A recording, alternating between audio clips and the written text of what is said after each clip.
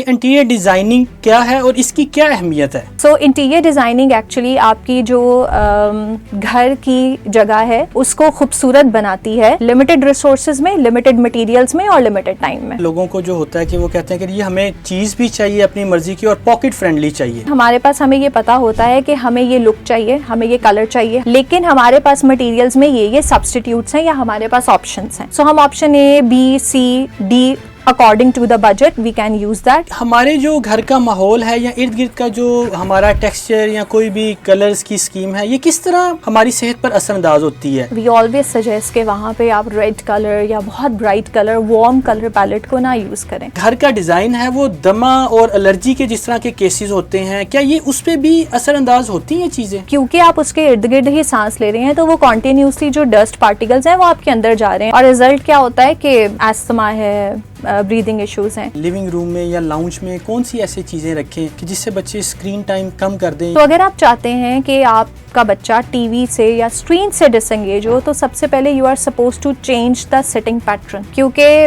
ध्यान अगर उस तरफ नहीं जाएगा, सेंटर ऑफ अट्रैक्शन वो स्क्रीन नहीं होगी तो ऑटोमेटिकली बच्चा उससे डिसएंगेज हो जाएगा। बिस्मिल्लाहिर्रहमानिर्रहीम, अस्सलाम वालेकुम।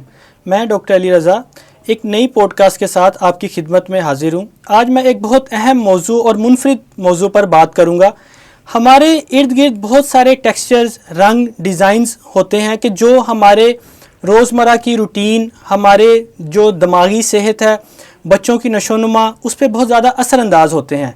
हम इन सारी चीज़ों को किस तरह बेहतर करके अपने मूड को या अपनी सेहत को बेहतर रख सकते हैं, इन सब चीज़ों पर बात करने के लिए मेरे साथ आज पॉडकास्ट में मौजूद हैं एक पीएचडी डॉक्टर तैयबा हुसैन, जो कि इंटीरियर डिज़ाइनिंग में पीएचडी रखती हैं और उनका जो मेजर सब्जेक्ट है वो सस्टेनेबल डिज़ाइनिंग है and she is the only one having this degree in whole Pakistan. तो मैं उनको खुश आमदीद कहता हूँ। अस्सलाम वालेकुम मैडम। अस्सलाम वालेकुम। कैसी हैं आप? आई एम गुड, अल्हम्दुलिल्लाह। अच्छा मैडम, हम आपसे इंटीरियर डिज़ाइनिंग से रिलेटेड बात करेंगे कि इंटीरियर डिज़ाइनिंग क्या है और इसकी क्या अहमियत है। देखिए, अगर हम लोग अपने कल्चर के बारे में बात करें, अगर हम अपनी सोसाइटी के बारे में बात करें और अगर हम एक मुनफरिद इंसान, बीइंग अ ह्यूमन भी अगर हम बात करें, तो हर इंसान की ये ख्वाहिश होती है और उनका ज़िंदगी का एक पूरा एसेट होता है घर बनाना। और अगर वो घर आपके रिक्वायरमेंट के अकॉर्डिंगली, आपके जो टेस्ट है उसके अकॉर्डिंगली और आपकी जो फैमिली मेम्बर्स हैं उनकी जो रिक्वायरमेंट है उसको फुलफ़िल करने के लिए वो बन जाए, तो वो जो एक टिपिकल हाउस है वो एक्चुअली हैप्पी होम बन जाता है। सो इंटीरियर डिज़ाइनिंग एक्चुअली आपकी जो घर की जगह है उसको खूबसूरत बनाती है, लिमिटेड रिसोर्सेज में, लिमिटेड मटेरियल्स में और लिमिटेड टाइम में। तो इंटीरियर डिज़ाइनिंग में क्या मुख्तलिफ स्टाइल्स होते हैं और इसमें सबसे ज़्यादा आपको क्या पसंद है? देखिए, अगर हम लोग स्टाइल्स की बात करें तो there are lots of styles, हम उनको काउंट ही नहीं कर सकते, लेकिन उसमें कुछ ऐसे स्टाइल्स होते हैं जो, जैसे हम लोग पाकिस्तान में रहते हैं तो हमारे टेम्परेचर, हमारे क्लाइमेट के अकॉर्डिंगली वो ज़्यादा प्रैक्टिकल होते हैं। यही अगर हम लोग वेस्ट में चले जाएं तो वहाँ पर उनके क्लाइमेट और उनके कल्चर, उनके टेस्ट के अकॉर्डिंगली स्टाइल्स होते हैं। सो स्टाइल्स तो बहुत से हैं, विक्टोरियन है, मॉडर्न है, ट्रेडिशनल है, कॉन्टेम्प्रेरी है, फ्यूजन है, मिनिमलिस्ट है और मतलब आप नाम लेते जाएं और बस गिनते जाएं। लेकिन जो इनमें मेरा पर्सनल और मेरा जो सिग्नेचर स्टाइल है दैट इज़ मिनिमलिस्ट, और उसमें मैं फेंग शुई के जो रूल्स और प्रिंसिपल्स होते हैं मैं उनको इनकॉर्पोरेट करती हूँ और एक हैप्पी होम बनाती हूँ। अच्छा, इसमें मैडम मैं आपसे पूछना चाहूँगा कि इस फील्ड में कितना टाइम लगता है एक पीएचडी करने में और इसकी क्या अहमियत है? हमारे यहाँ पर पाकिस्तान में लोग इसको किस तरह लेते हैं? देखिए, पाकिस्तान में ना एक मिसकंसेप्शन है कि इंटीरियर डिज़ाइनिंग जो है बड़ा अमीरों का शौक़ है, लेकिन ऐसा नहीं होता। अगर मैं अपनी बात करूं तो मैंने 3 कनाल का भी घर डिज़ाइन किया है और मैंने 2 मरले का भी घर डिज़ाइन किया है। द थिंग इज़ कि it depends on your vision and it depends on your expectation to have nicely done home. और पाकिस्तान में अगर हम बात करें तो देखिए, हर इंडस्ट्री को डेवलप करने में और हर इंडस्ट्री को इस्टेब्लिश होने में टाइम लगता है। अगर मैं आज से 10 साल पहले की बात करूं तो ऑब्वियसली इतना ट्रेंड नहीं था इंटीरियर डिज़ाइनिंग का, लेकिन अब छोटे बच्चे को भी अपने कमरे की रिक्वायरमेंट और अपनी स्पेस का पता होता है और एक 80 साल के बुजुर्ग को भी पता है कि मुझे अपने कमरे में अपनी रिक्वायरमेंट के हिसाब से, अपने टेस्ट के हिसाब से मुझे क्या चाहिए. So the things has changed now. और लोगों को इसके इम्पोर्टेंस का पता है. लोगों को ये पता है कि अगर हमने पैसा लगाना है एक घर बनाने के लिए तो क्यों ना हम उन जगहों पे लगाएं जो कि हमारी ज़रूरत है, और जहाँ पे पैसा लग के देखने में भी खूबसूरत लगेगा और इस्तेमाल करने में भी कंफर्टेबल होगा. सो टाइम के साथ साथ, और अगर आज के करंट उस पर्सपेक्टिव की हम बात करें तो नो डाउट लोगों को पता है कि इंटीरियर डिज़ाइनिंग की क्या इम्पोर्टेंस है और क्यों कराना चाहिए. आजकल तो लोग इस पे काफ़ी पैसे भी खर्च करते हैं, और जब भी सुना है कि घर बनाते हैं तो इंटीरियर डिज़ाइनर को ख़ुसूसन हायर किया जाता है कि आप हमारे घरों के जो डिज़ाइन हैं वो दें. और अमूमन बड़े सगीर में भी ये कहा जाता है कि पाकिस्तान, इंडिया या कोई दूसरे जो ममालिक हैं एशिया के, इनमें घर बड़े लश टाइप के बनते हैं, इनकी ऊपर बहुत ज़्यादा तज़ीन व आराइश पे बहुत ज़्यादा पैसे खर्च किए जाते हैं. बिल्कुल ऐसे ही है, क्योंकि हमारा जो कल्चर है और हमारा जो ट्रेडिशन है वो, और हमारी जो सकाफ़त है उसमें खूबसूरती बहुत ज़्यादा है. अगर हम लोग एशियन कल्चर की बात करें और अगर हम पाकिस्तान के पर्सपेक्टिव के हिसाब से, या अगर हम लोग बड़े सगीर के पर्सपेक्टिव के हिसाब से बात करें, तो इस्लामिक आर्किटेक्चर जो है it's very glorious, it's very grand. And उसमें आपको कलर, टेक्सचर्स, डिज़ाइन, पैटर्न्स आपको बहुत मिलते हैं और आपको बहुत रीगल और रॉयल लुक मिलती है. इस्लामिक आर्किटेक्चर में कुछ आपके पास लिमिटेशन होती है जिसमें आप फिगर्स यूज़ नहीं कर सकते, लेकिन इस्लामिक आर्किटेक्चर उस चीज़ को कभी भी अपनी वीकनेस नहीं बनाता, और इसीलिए all over the world Islamic architecture बहुत रिकॉग्नाइज्ड और इस्टेब्लिश स्टाइल है जो वेस्ट में भी इस्तेमाल होता है और जो ईस्ट में भी इस्तेमाल होता है. अच्छा मैडम, आजकल क्या इंटीरियर डिज़ाइन में टेक्नोलॉजीज़ लेटेस्ट यूज़ हो रही हैं? जिस तरह बहुत सारी ऐप्स बन गई हुई हैं कि जो आपको खुद, आप उसको एक पिक्चर देते हैं और वो आपको सारा मॉडिफाई कर देती हैं चीज़ों का. तो ये किस तरह इंसानी सेहत पे या आपके जो दिमाग की जो एबिलिटी है सोचने की, आपके डिज़ाइन करने की, इसको ये किस तरह चेंज करिए? क्या इसमें रेनोवेशंस आ रही हैं? किस तरह ये सारी चीज़ें तब्दील हो रही हैं? अच्छा देखिए, पहली बात तो ये, यू नीड टू अंडरस्टैंड कि जो टेक्नोलॉजी है वो इंसानी दिमाग की ही एक तख्लीक है, और जो टेक्नोलॉजी है हम ये कहते तो हैं कि उसने इस इंसानी दिमाग को बीट कर दिया है, लेकिन जो ओरिजिनल डिज़ाइन होता है वो इंसानी दिमाग से ही आता है. लेकिन ये है कि हम उसको रिफ़ाइन कर सकते हैं with the usages of technology और एआई. अब उसमें यह है, जैसे हमारे पास टाइम रिस्ट्रेन होता है, आपके पास मटेरियल की चॉइस बहुत ज़्यादा हो जाती है. पहले हमारे पास ये होता था कि फुल प्रूफ डिज़ाइंस इस तरह से थोड़ा मुश्किल था कि आपको पहले एक चीज़ लगानी पड़ती थी और फिर आपको पता चलता था कि ये अच्छा नहीं लग रहा, तो अब I am suppose to remove it, और फिर हम कुछ और इसमें चीज़ लगाएंगे. लेकिन because of the presence of AI अब ये है कि हमारे पास एक फ्यूचर की पर्सपेक्टिव पिक्चर हमारे पास सामने ही आ जाती है, और उसमें ये जो आपके एरर फ्री डिज़ाइंस होते हैं उसकी जो प्रेजेंस है वो ज़्यादा श्योरिटी के साथ आपके सामने आ जाती है. रेस्ट इज़ जो ओरिजिनल डिज़ाइंस हैं, इवन एआई को कमांड देने के लिए भी you are suppose to use the human brain. तो आप ये कह सकते हैं कि एआई हेल्प करती है जो आपकी एबिलिटी है उसको रिफाइन करने में, लेकिन 100% एआई का रोल नहीं होता. ऑब्वियसली ओरिजिनल डिज़ाइंस तो इंसान से ही आएंगे.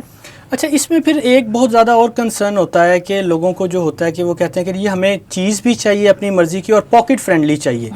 तो इसमें किस तरह आप फिर चीज़ों को मैनेज करते हैं? अच्छा, इसमें ये बड़ा अच्छा सवाल किया आपने. और हर क्लाइंट जो होता है हमारे पास, चाहे वो 1 करोड़ का बजट हो उसका, 2 करोड़ का हो या 10 करोड़ का हो, उसका एक पहला जो कंसर्न होता है वो यही होता है कि हमारे पास जो डिज़ाइन है वो बजट फ्रेंडली हो. अब इसमें फिर आपको रोल समझ आता है इंटीरियर डिज़ाइनर का और एक लेमैन के बीच में, या जो एक ठेकेदार है उसमें क्या फ़र्क है, और एक जो इस्टेब्लिश प्रोफेशनल इंटीरियर डिज़ाइनर है उसमें क्या फ़र्क है. अब इसमें यह है कि हमारे पास, हमें ये पता होता है कि हमें ये लुक चाहिए, हमें ये कलर चाहिए, हमें ये टेक्सचर चाहिए, लेकिन हमारे पास मटेरियल्स में ये सब्सटीट्यूट्स हैं या हमारे पास ऑप्शंस हैं. सो हम option A, B, C, D according to the budget we can use that. उसमें ये होता है कि जो आपका बजट होता है वो कंट्रोल्ड होता है, लेकिन जो आपने एक्सपेक्टेड जो आपका डिज़ाइन होता है और जो आउटकम होता है वो वैसा ही आ जाता है जैसा आप चाह रहे होते हैं. अच्छा मैडम, मैं बहुत ऑनर फील कर रहा हूँ कि आपके साथ बैठकर, आप एक चूँकि पीएचडी इन इंटीरियर डिज़ाइनिंग है and one and only person in Pakistan के जो सस्टेनेबल डिज़ाइन में भी PhD की डिग्री रखती हैं। अच्छा मैडम, ये सस्टेनेबल जो डिज़ाइन है ये क्या है और इसकी क्या अहमियत है?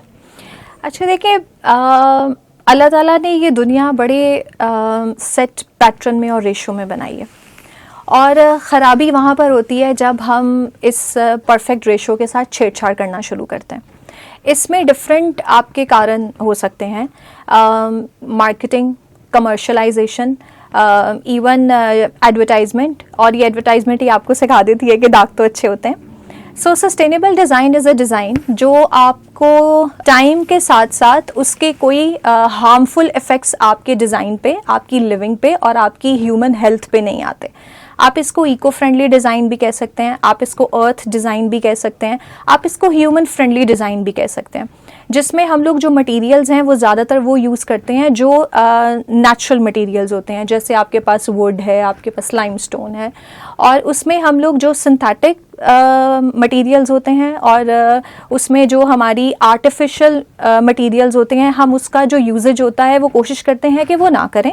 और अगर कभी समटाइम्स ऐसा होता है कि आपको उसको इस्तेमाल करना पड़ता है तो उसका यूजेज कम से कम हो, सो दैट जब आप उस डिज़ाइन को यूज़ करें, जब आप उस डिज़ाइन में रहना शुरू करें तो उसके पॉजिटिव इम्पैक्ट ही आपके पास आए, और सिर्फ डेकोरेटिव एलिमेंट ना हो, फंक्शनल एलिमेंट भी हो, और वो सेफ एंड साउंड हो हर तरह से। सो मतलब आपका कहने का मतलब है कि ये इस किस्म की चीज़ है कि हम उसको बार बार यूज़ कर सकते हैं और मुख्तलिफ तरीके से यूज़ कर सकते हैं। जी बिल्कुल ऐसा ही है। तो इसमें क्या किसी किस्म की कोई टेक्नोलॉजीज यूज़ होती हैं या इसमें क्या चीज़ें इस्तेमाल होती हैं, इनका बेसिकली क्या मटेरियल होता है? देखिए, अगर हम बात करें, जैसे आपने बरसगीर के आर्किटेक्चर की बात की थी, तो उसमें आपने देखा होगा, अगर हम लोग लाहौर फोर्ट भी देखें या अगर हम लोग बादशाह मस्जिद भी जाएं, तो वहाँ पर ब्रिक्स की जो मटेरियल है वो नेचुरल है। वहाँ पर जो दरवाज़ों की चौखटें हैं वो सारा वुड यूज़ हुआ है। वहाँ पर अगर आपको एक्सपीरियंस हुआ हो और आप मस्जिद वज़ीर खान गए हों, तो वहाँ पे जो दीवारें हैं और इवन बादशाह मस्जिद में जो दीवारें हैं वो आपके जो ग्रेन्स हैं उनको मिक्स करके उन्होंने वहाँ पे दीवारें बनाई हुई हैं। तो बताने का मकसद ये है कि ये सारा नेचुरल एलिमेंट है, नेचुरल मटेरियल्स हैं, और जो इतने सालों बाद भी, इतने 100 सालों बाद भी इनफैक्ट मुझे ये कहना चाहिए, वो आज भी अपनी जगह पे हैं। लोग वहाँ पर जाते हैं और उसका कोई भी हार्मफुल इफेक्ट नहीं है, उसका कोई बाउंस बैक नहीं कर रहा कोई भी हार्मफुल इफेक्ट। सो आपके पास ये, अब ऑब्वियसली जैसे अब हमारे पास जो कंस्ट्रक्शन है वो बहुत ज़्यादा हो गई है, सो ऑब्वियसली जो नेचुरल मटेरियल्स है वो हमारे पास लिमिटेड ही हैं। So we just make sure कि जहाँ पर ह्यूमन इंटरेक्शन डायरेक्टली मटेरियल्स के साथ होना है वहाँ पे हम लोग नेचुरल मटेरियल्स यूज़ करें, और इवन अगर हम लोगों ने आर्टिफिशियल मटेरियल्स भी यूज़ करने हैं तो वहाँ पे कुछ इस तरह के मटेरियल्स ना यूज़ किए जाएं जिसमें से हार्मफुल रेज निकलती हैं या उसके फ्यूम्स होते हैं, क्योंकि ऑब्वियसली लॉन्गर रन में जब आप उनके साथ इंटरैक्ट करते हैं तो वो आपके पास डिफरेंट जो आपके हेल्थ हैजर्ड्स होते हैं वो उनको प्रमोट करता है। और अब इसमें ये भी सवाल आ जाता है कि ऑब्वियसली टेक्नोलॉजी के बगैर तो हम लोग नहीं काम कर सकते, क्योंकि ऑब्वियसली हमारा जो अब लाइफस्टाइल है या जो हम जिस ज़माने में रह रहे हैं वहाँ पे टेक्नोलॉजी बहुत ज़रूरी है। सो उसमें हम फिर ये करते हैं कि जो सस्टेनेबल डिज़ाइन है कि टेक्नोलॉजी की हार्मफुल इफ़ेक्ट्स को अकोमोडेट करने के लिए, उसको एलिमिनेट करने के लिए हम लोग नेचुरल एलिमेंट्स को वहाँ पे ऐड करते हैं। जैसे फैंग शुई के रूल्स होते हैं, वाटर एंड प्लांट्स।